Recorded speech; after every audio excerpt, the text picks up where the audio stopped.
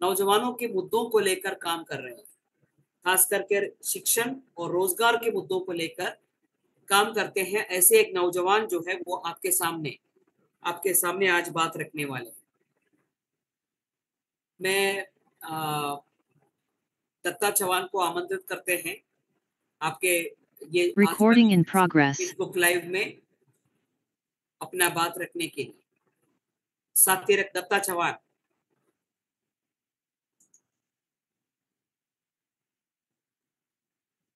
Yes comrade, धन्यवाद। आज या लाईव्ह प्रोग्रामचे अध्यक्ष साथी प्रीती शेखर, जे गेल्या अनेक वर्षापासून विद्यार्थी युवकांच्या आंदोलनावर, त्यांच्या प्रश्नावर काम केलेत आणि सातत्याने आम्हाला मार्गदर्शन करतात, ते कॉम्रेड प्रीती शेखर. सोबत कॉम्रेड प्रसाद सुब्रमण्यम, कॉम्रेड सोमनाथ निर्मळ, आणखी कोण असतील सोबत ते सर्वजण. कॉम्रेड, खरं तर पार्टीची भूमिका मांडण्यासंदर्भात या ठिकाणी मला निमंत्रण केलेलं आहे.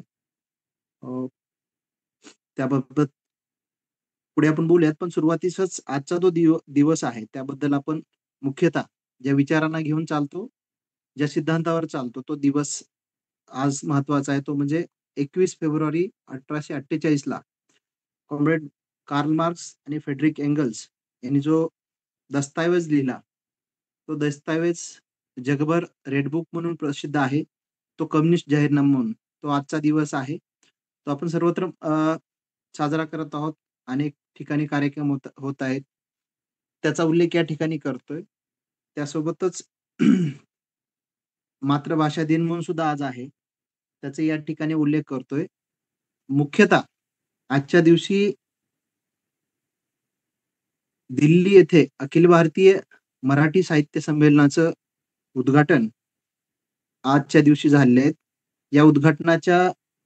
या संमेलनाचे अध्यक्ष जे आहेत, आपल्याला सर्वांना परिचित आहेत, तारा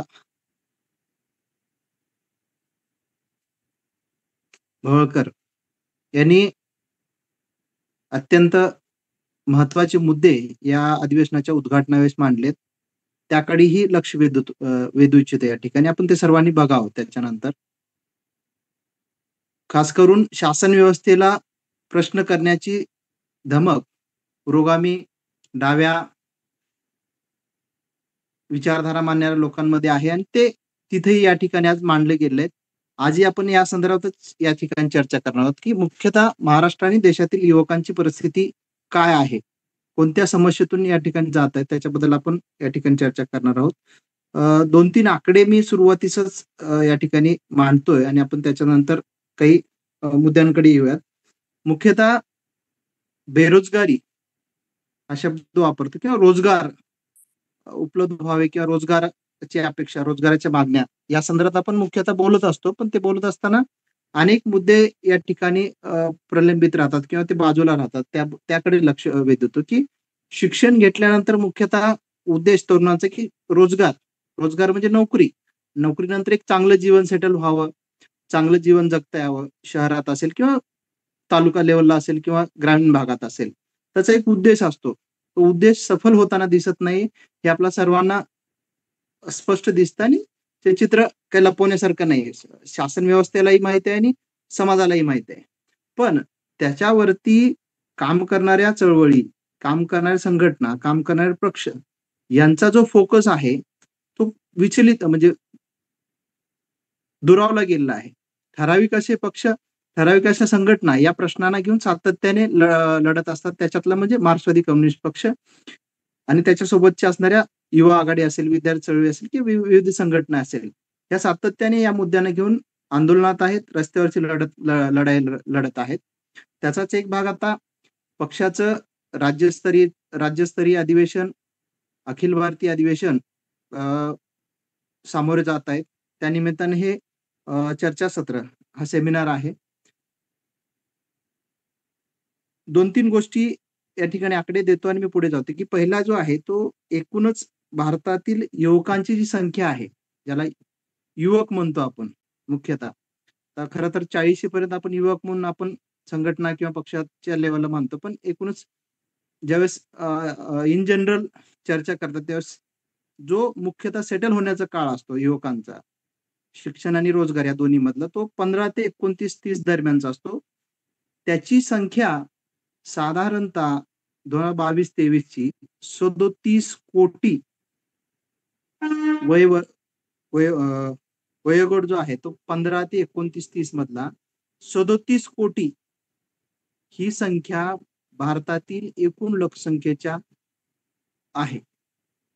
इतके सारे तरुण रोजगाराच्या शोधात, शिक्षणाच्या शोधात शहर, ग्रामीण, तालुका पातळीवर, परदेशात वेगवेगळ्या ठिकाणी जात असतात. हे झाले सुशिक्षित विद्यार्थी किंवा शिकण्याची आवड असणारे विद्यार्थी किंवा त्यांना शिक्षण पूर्ण करून पुढे काहीतरी करायचं आहे. पण यासोबतच ज्यांना शिक्षण मिळत नाही, जे शिक्षणापासून कोसो दूर आहेत, असेही अनेक तरुण आहेत, जे ग्रामीण भागात आहेत, आदिवासी भागात आहेत, शहरी झोपडपट्ट्यांमध्ये आहेत, निर्वासित आहेत, भटके विमुक्त आहेत, अशा वेगवेगळ्या घटकांमध्ये आहेत. तो सगळा वर्ग आहे. ज्याची नोंद असेलच अशी नाहीये. असाही एक वर्ग आहे ज्याची नोंद नाहीये. ही संख्या आकडेवारी दर्शवते की एकूण तरुणांची संख्या आणि आज उपलब्ध असणाऱ्या रोजगाराची संख्या याची जर तफावत आपण पाहिली तर प्रचंड मोठी आहे. हा सगळा तरुण या देशात राहतो, जो या देशाचं भविष्य म्हणून गणला जातो. या देशाच्या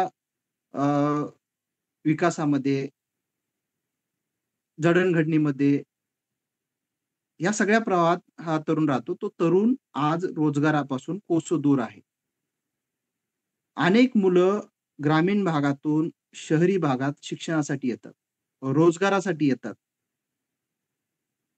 ग्रामीण भागामध्ये दयनीय अवस्था आहे म्हणून राहण्यासाठी सुद्धा येतात. आपण मुख्यतः क्रायटेरिया काय बघतो की शिक्षण, रोजगार इथपर्यंतच बघतो. पण ग्रामीण भागामध्ये ज्या काही गोष्टी उपलब्ध नाहीयेत, अनेक समस्या आहेत. या समस्यांना ग्रासलेले सुद्धा तरुण शहराकडे वळतात. मग ते कुठे हॉटेलमध्ये काम करतात, कुठे बस स्टँडवर काम करतात, कुठे टपरीवर काम करतात, कुठे स्टेशनवर काम करतात. अशा वेगवेगळ्या क्षेत्रामध्ये विभागलेला तरुण सुद्धा मोठ्या प्रमाणात आहे. त्यासोबत सुशिक्षित जो तरुण आहे, मला आठवतं की मी 2012 साली स्पर्धा परीक्षेची तयारी करणाऱ्या मुलांसोबत अभ्यास केंद्रात जात होतो. त्यातल्या आजही बराच तरुण वर्ग त्याच अभ्यास केंद्रामध्ये त्याच आशेपोटी स्पर्धा परीक्षेची तयारी करतोय की मी आज ना उद्या या सरकारी नोकरीमध्ये पोलीस होईन, एमपीएससी माध्यमातून अधिकारी होईन, असे वेगवेगळे स्वप्न रंगवण्याच्या तयारीत आजही आहे. ती आशा सोडलेली नाहीये.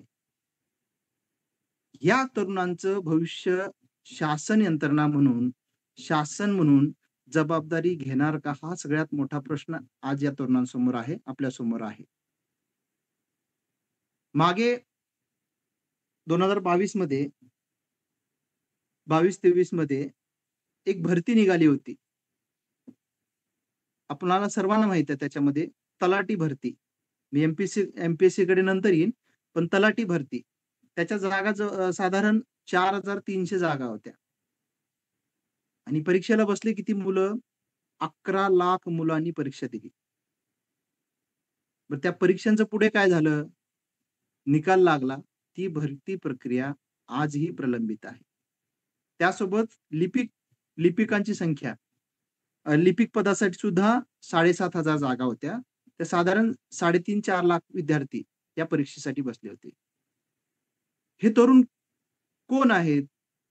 या राज्यातील नाहीत, या देशातील नाहीत, या समाजाचा भाग नाहीयेत. ही शासन व्यवस्था या तरुणांकडे जाणीवपूर्वक दुर्लक्ष करून या तरुणांना कायम बेरोजगारीच्या खाईत ठेवून इथली आपली खुर्ची टिकवण्याचं काम सातत्याने करण्याचा प्रयत्न करते का? हा प्रश्न आहे याच्यामध्ये. म्हणजे तलाठी सारख्या पदासाठी 11 लाख विद्यार्थी परीक्षेला बसतात. त्याच्यातून 4,300 विद्यार्थी फक्त निवडायचे आहेत. तेही निवडले गेले नाहीयेत. ही अशी भयानक अवस्था राज्याची आहे. एमपीएससीचाही तसाच प्रकार आहे. मला वाटतं की 2022-23 लाच एमपीएससीच्या परीक्षा झाल्या. त्याचा एक प्रलंबित निकाल, प्रलंबित भरती प्रक्रिया.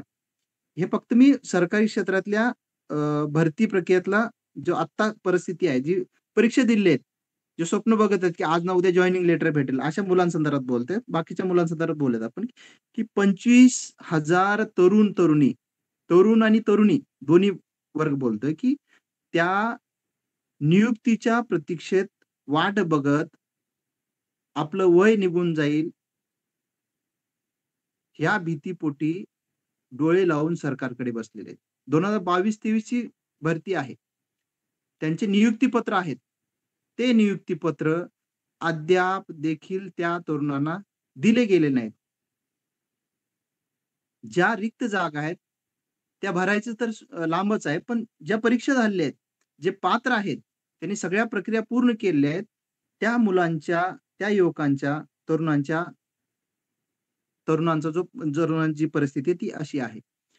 किती दिवस वाट बघणार? एक वय निघून गेल्यानंतर त्या परीक्षांचा त्यांचा जो कालावधी आहे, त्याच्यासाठी जे वयोमर्यादा ठेवली आहेत, ते जर निघून गेलं, तर ते मुलं जाणार कुठे? ते तरुण जाणार कुठे?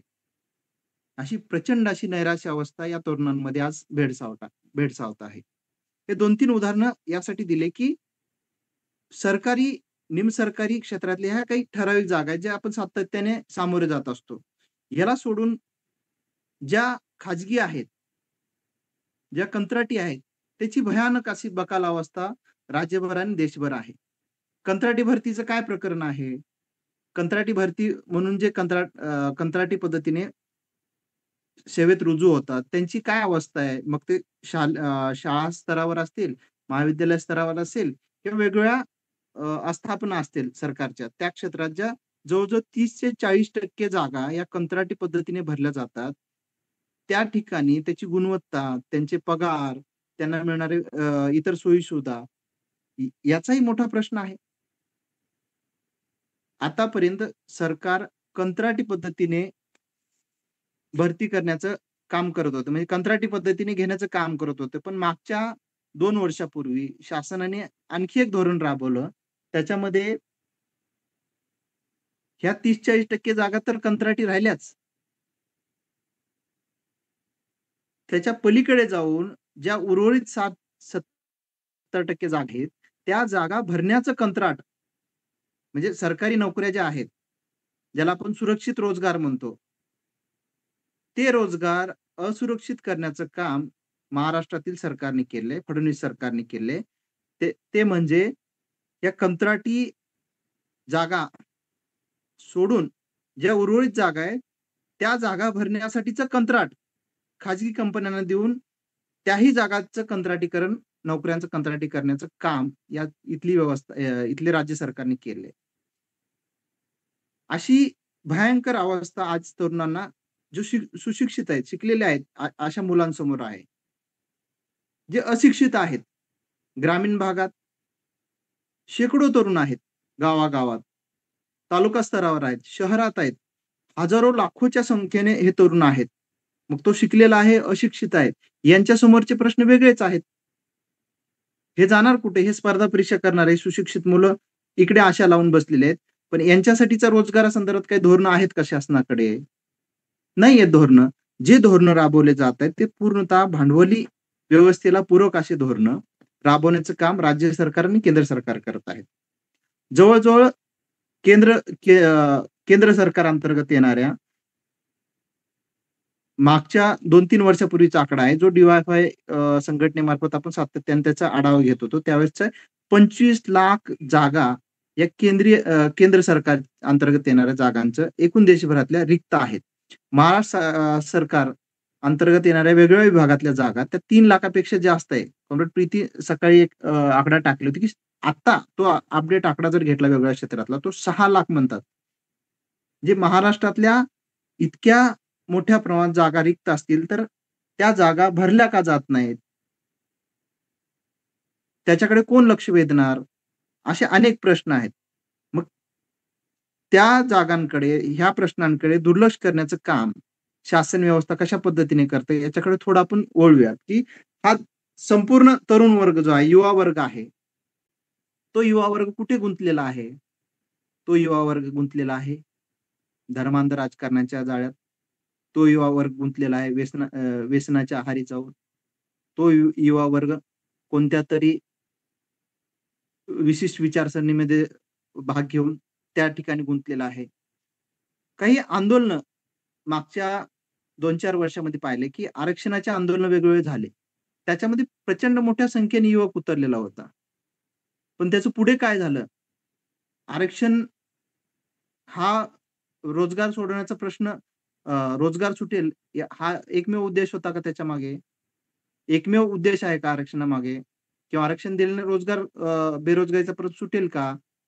हे सगळे प्रश्न बाजूला राहिले. इथल्या राजकारण्यांनी पद्धतशीरपणे हे आंदोलन बाजूला केले.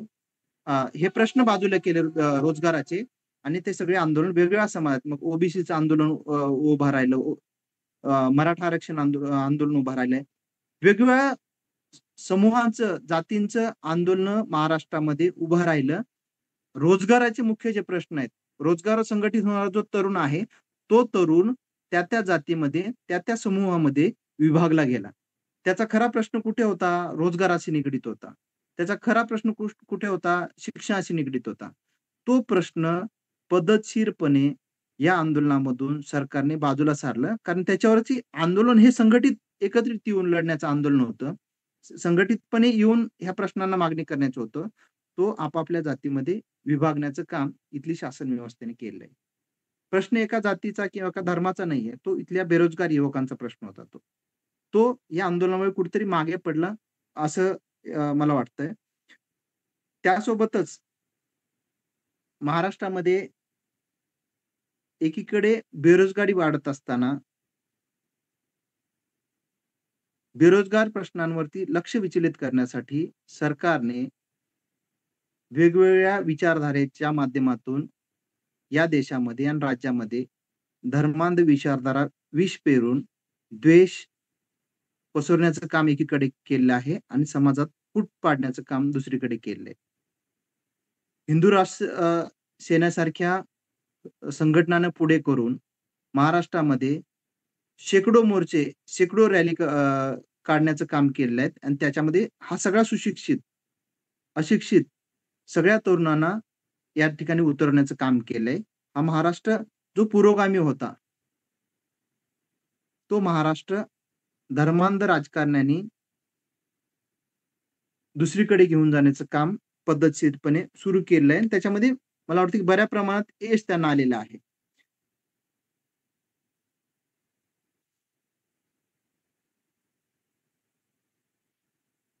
दोन तीन मुद्दे झाले. त्यासोबतच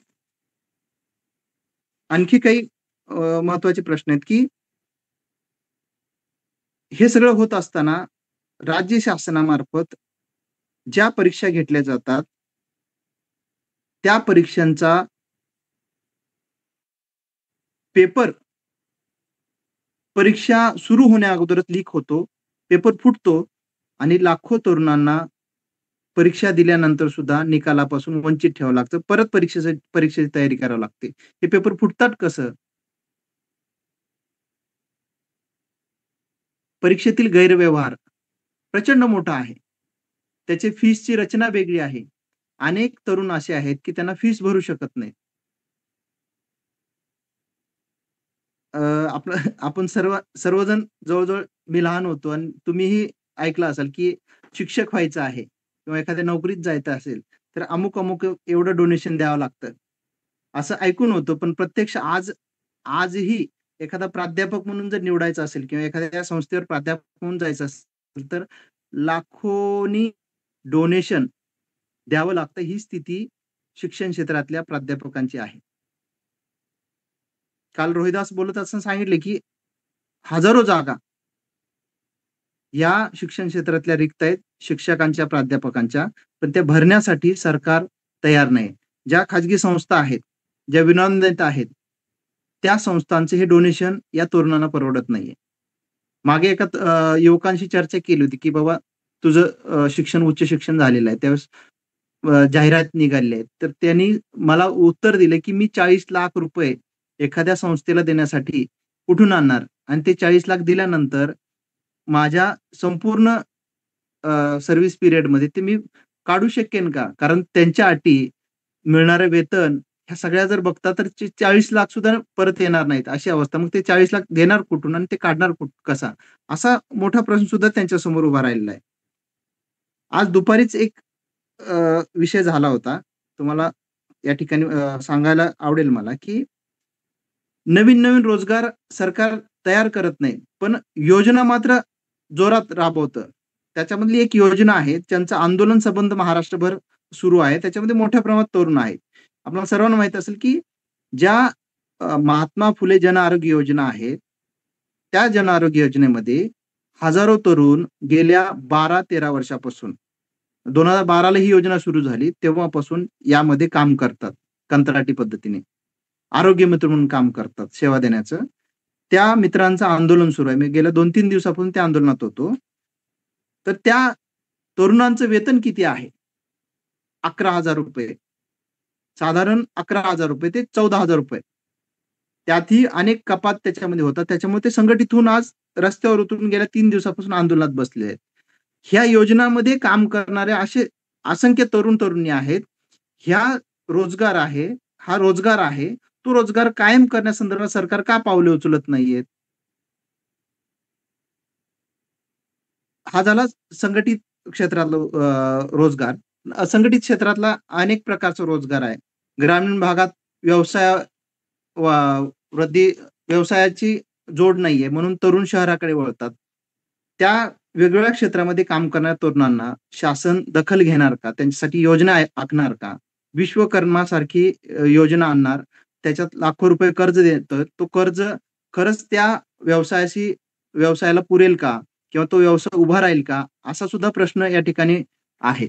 असे वेगवेगळे प्रश्न जे आहेत, त्या प्रश्नांना घेऊन तरुण आज हवालदिल झालेला आहे. त्यांचे प्रश्न गंभीर बनत असताना आज हे अधिवेशन आपलं पार पडत आहेत. या सगळ्या प्रश्नांना घेऊन मार्क्सवादी कम्युनिस्ट पक्ष पूर्वीपासूनच तरुणांच्या प्रश्नासंदर्भात गांभीर्याने विचार करत आलेले आहेत. आजही विचार करतोय, की हे प्रश्न कसे सोडवता येईल. त्यात आणखीन एक मुद्दा ऍड करायला आवडेल मला, की आदिवासी आदिवासी अ, भागातील तरुणांचे जे प्रश्न आहेत, ते वेगळे आहेत. मुख्यतः त्याच्यामध्ये बोगस आदिवासी जो शिरलेला आहे त्या जागांमध्ये, त्या आरक्षित जागांमध्ये, तो भयंकर असा प्रश्न आहे. ते मुख्य सवलती जे आदिवासी आहेत, जे तरुण आहेत, त्यांना ती संधी मिळायला पाहिजे. ते न मिळता बोगस आदिवासी युवकांना रोजगार मिळतो. हाही वेगळा प्रकारचा लढा त्या ठिकाणी सुरू आहे. खाजगी क्षेत्रातलं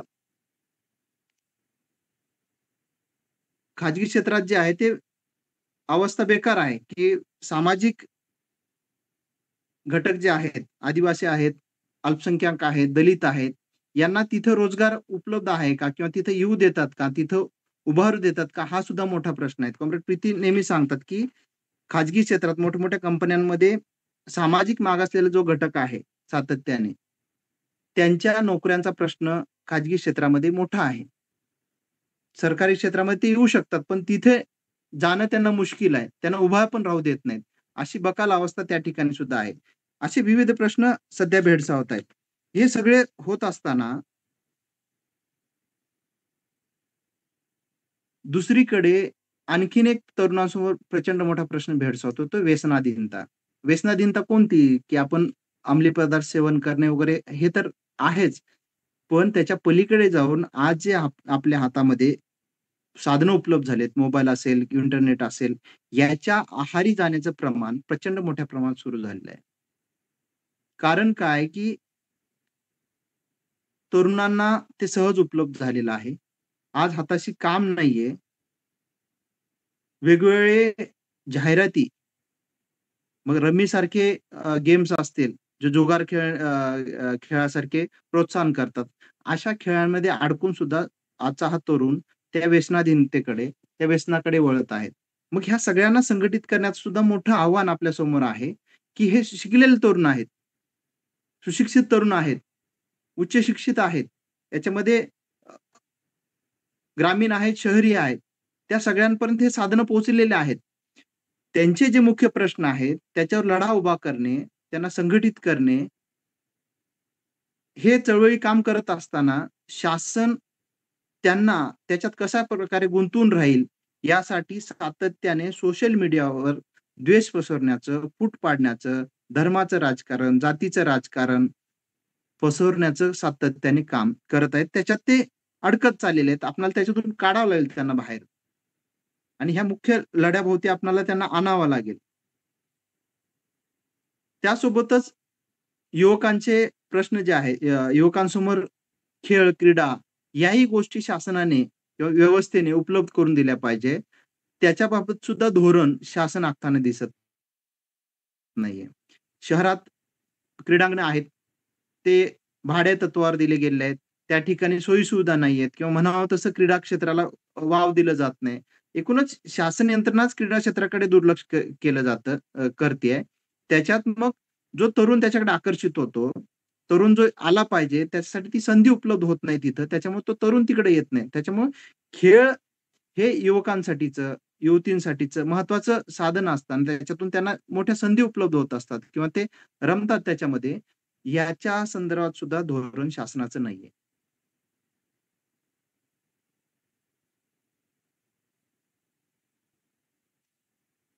असे वेगवेगळे जे प्रश्न आहेत युवकांसंदर्भातले त्या प्रश्नाने घेऊन आपण हे अधिवेशन नक्कीच विचार करेल अशी आशा या ठिकाणी व्यक्त करतोय.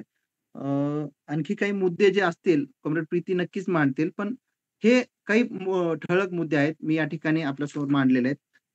काही राहिलेले असतील आपण त्याच्यामध्ये दुरुस्त करावे. पण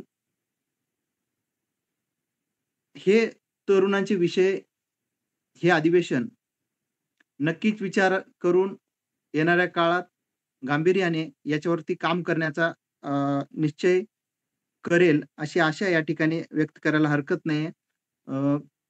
बोलण्यासारखं भरपूर आहे, पण या ठिकाणी मी थांबतोय. कॉम्रेड प्रीती त्याच्यानंतर काही मुद्दे राहिले असेल ते ऍड करतील. आपण या ठिकाणी मला संधी दिली काही विषय मांडण्याचं त्याबद्दल मी आपले आभार मानतो. सगळ्याच विषयाला न्याय दिलाय असं वाटत नाही, पण जे काही मला वाटले काही मुद्दे की आजच्या परिस्थिती युवकांमध्ये काम करत असताना ते मुद्दे या ठिकाणी आपल्यासमोर मांडण्याचा प्रयत्न केलेला आहे. पुनश्च एकदा आपण या अधिवेशनानिमित्ताने युवकांचे प्रश्न या ठिकाणी मांडण्याची संधी दिली त्याबद्दल मी आपल्या सर्वांचे आभार मानतोय. या ठिकाणी थांबतोय. धन्यवाद. धन्यवाद साथी दत्ता चौहान। दत्ता चौहान ने यहाँ पे नौजवानों के बीच में, नौजवानों के सामने जो सबसे बड़ी चुनौती है, नौजवानों के सामने सबसे बड़ी चुनौती है, वो चुनौती रोजगार है और रोजगार के बारे में विस्तारित क्या क्या मसला चल रहा है, क्या क्या इश्यू नौजवानों के सामने है, रोजगार संबंधित, बेरोजगारी संबंधित, कंट्राक्टी नौकरी संबंधित, ये सब जो है उन्होंने हमारे सामने रखा है। कुछ 2-3 मिनट में मैं इसको समाप्त करके मेरा बात में खत्म करती हूँ। दत्ता ने जो बातें रखा है उससे जोड़कर मुझे एक और बात ये कहना है कि सबसे बड़ा बेरोजगारी जो है वो अपने ये जो पिछले अपना देश के 40-50 साल के वो आज जो है वो दौर से हम गुजर रहे हैं। और हमारी बीच में जो सरकार है वो सरकार चाहे महाराष्ट्र राज्य का हो या केंद्र सरकार हो, ये मतलब वादे जो है वो एम्प्टी वादे करते हैं। बोलते हैं कि वादे तो ऐसे बोलने के लिए वादे करते हैं। 2-2 करोड़ लोगों नौजवानों को रोजगार देगा, ये एक आशा नौजवानों को देकर ये सरकार जो है वो सत्ते में आया है।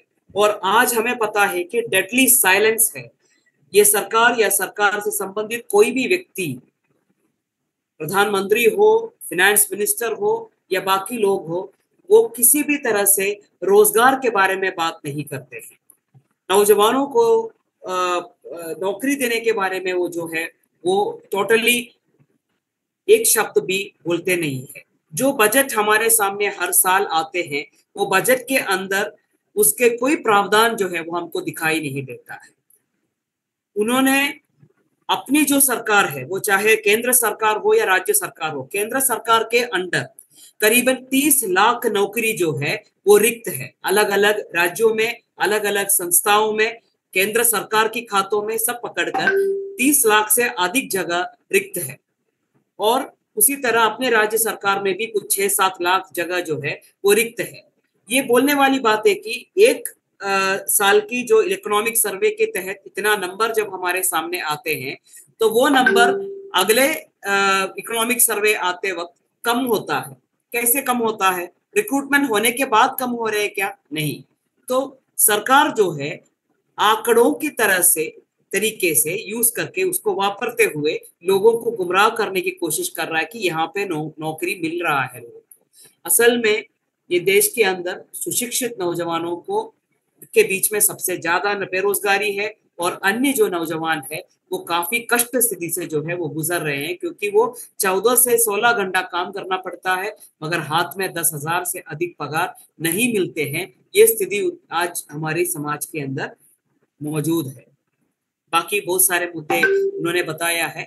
एक बात यह है कि महिलाओं के बीच में, युवतियों के बीच में हो या महिलाओं के बीच में हो, सबसे ज्यादा बेरोजगारी जो है वो आज है। सबसे कम महिलाएं आज जो है वो नौकरी पे है, ये स्थिति है। सबसे ज्यादा कैजुअल लेबर्स जो है वो महिलाओं से आते हैं जिनकी पगार जो है बहुत ही ना की बराबर। तो ये एक नया मसला जो है वो हमारे सामने है। इसके पीछे कई सारे कारण है। एक पुरुष प्रधान समाज जरूर इसके पीछे की एक बहुत बड़ी कारण है। उसके साथ साथ औरतों के ऊपर जो हमला हो रहा है, जो अत्याचार हो रहा है कंपनियों के अंदर, काम की जगहों पर, ये भी एक तरीके से लोगों को पीछे ये औरतों को आगे बढ़ने से रोकने वाली एक तकलीफ है। तो औरतों के ऊपर हमला के ऊपर भी ये बात जो है वो नौजवानों के सामने आज की तारीख में एक बहुत बड़ी आह्वान है, एक बहुत बड़ी चैलेंज है। तो ये सब मुद्दे हैं। एक और बात, अभी पिछले जो ये साल की जो इलेक्शंस यहाँ पे हुआ, तो केंद्र सरकार के इलेक्शन के समय पे, मतलब पार्लियामेंट इलेक्शन के समय पे हमारे यहाँ पे महाराष्ट्र के अंदर बारामती में और नागपुर में 2 मोटी मेलावा जो है वो हुआ। State department skill employment entrepreneurship end innovation की जो स्टेट डिपार्टमेंट्स है, वो स्टेट डिपार्टमेंट ने डायरेक्ट अपने उतरकर जो है एक रोजगार मेलावा चलाया। एक बारामती में चलाया, एक नागपुर में चलाया। इस मेलावे के अंदर जो हुआ है उससे एक स्थापित होता है कि ये सरकार क्या नियत लेकर काम करते हैं। ये रोजगार मेलावा के अंदर जब ये कैंपेन बहुत मोटी हो गई कि बहुत बड़ा बेरोजगारी है, किसी भी तरह लोगों को नौकरी नहीं मिल रहा है, आप जो प्राइवेट कंपनियों पर भरोसा रखकर आगे चल रहे हैं वो प्राइवेट कंपनी रिक्रूट नहीं कर रहा है। ऐसी स्थिति जब ऐसी एक कैंपेन एकदम हाइप में हो गया, तब जाकर उन्होंने इस तरीके का एक कैंपेन, एक रोजगार मेलावा रखा। और वो रोजगार मेलावा के अंदर 222 कंपनियां आए, हालांकि वहां पे 350 कंपनियां रजिस्टर किया था और सिर्फ 1280 नौजवानों को रिक्रूटमेंट मिला। 22,000 से अधिक लोग जो है उस कैंप के अंदर भाग लिया। 55,000 जॉब हमारे पास है ये बोलकर वहां पे कंपनियां आए थे, मगर सिर्फ 1200 लोगों को नौकरी देकर वो लोगों ने वो बारामती का कैंप जो है उसको वाइंड अप किया। उसी तरह नागपुर के अंदर जो कैंप हुआ जहां पे 12,000 लोग आए थे, उसमें से सिर्फ 552 लोगों को नौकरी देकर वो भी जो है ये कैंप बंद किया। मतलब कहने की मतलब ये है कि या 60,000 जॉब ऑफर किया था, उसमें से 11,000 से अधिक लोग आए थे और 500 से अधिक नौकरी देकर उन्होंने वो कार्यक्रम बंद किया। तो इससे ये साबित होता है कोई प्राइवेट कंपनी के जरिए इस देश के नौजवानों की प्रॉब्लम्स, मसला जो है रोजगार संबंधित मसला जो है ये हल नहीं कर सकता है। आज की तारीख में हम ये तो एकदम विश्वास के साथ हम कह सकते हैं, चाहे मार्क्सवादी कम्युनिस्ट पार्टी जो है वो महाराष्ट्र के अंदर की एकदम मोटी पार्टी नहीं है, मगर हमें इस राज्य के अंदर के नौजवानों की जरूरत क्या है वो समझ में आता है और इसकी सोल्यूशन क्या है वो भी हमें समझ में आते हैं कि एक समाजवादी व्यवस्था मौजूद है तो ही डिसेंट और डिग्निफाइड एम्प्लॉयमेंट, एक ठीक ठाक जीने वाली लायक नौकरी जो है वो नौजवानों को अपनी एक डिसेंट और डिग्निफाइड जिंदगी अगर देना है तो एक समाजवादी व्यवस्था जो है वो होना बहुत जरूरी है। कितने भी नियत ठीक होके ये सरकार हो या दूसरा सरकार आए, मगर भांडवली व्यवस्था के अंदर आपको रोजगार बनाना और देना ये मुमकिन नहीं होगा, क्योंकि आप जो है वो आम नौजवानों की और लोगों की इच्छा को लेकर काम नहीं कर रहे हैं, आप मजदूरों की इच्छा को लेकर काम नहीं कर रहे हैं, आप काम करते हैं भांडवलशाही के लिए।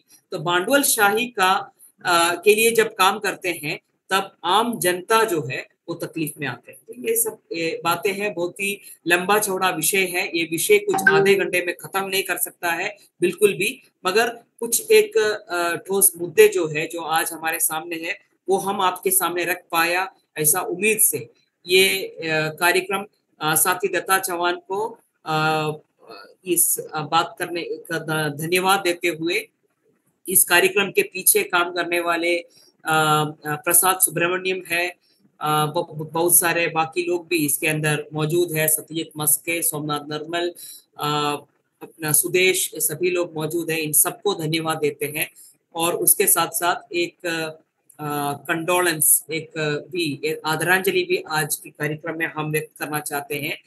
मार्क्सवादी कम्युनिस्ट पार्टी के केरल की राज्य कमेटी मेंबर साथी रसल, और वो कोट्टयम वहाँ के एक जिला है, वो जिला का सचिव भी थे, उस कॉमरेड का आज शाम को निधन हुआ है। हम मार्क्सवादी कम्युनिस्ट पार्टी महाराष्ट्र राज्य कमेटी की तरफ से उनको और उनके परिवार को हमारे दुख व्यक्त करते हैं और आदरांजलि अर्पित करते हैं, उनको लाल सलाम कहते हैं। इस कार्यक्रम को हम यहाँ पे खत्म करते हैं। धन्यवाद।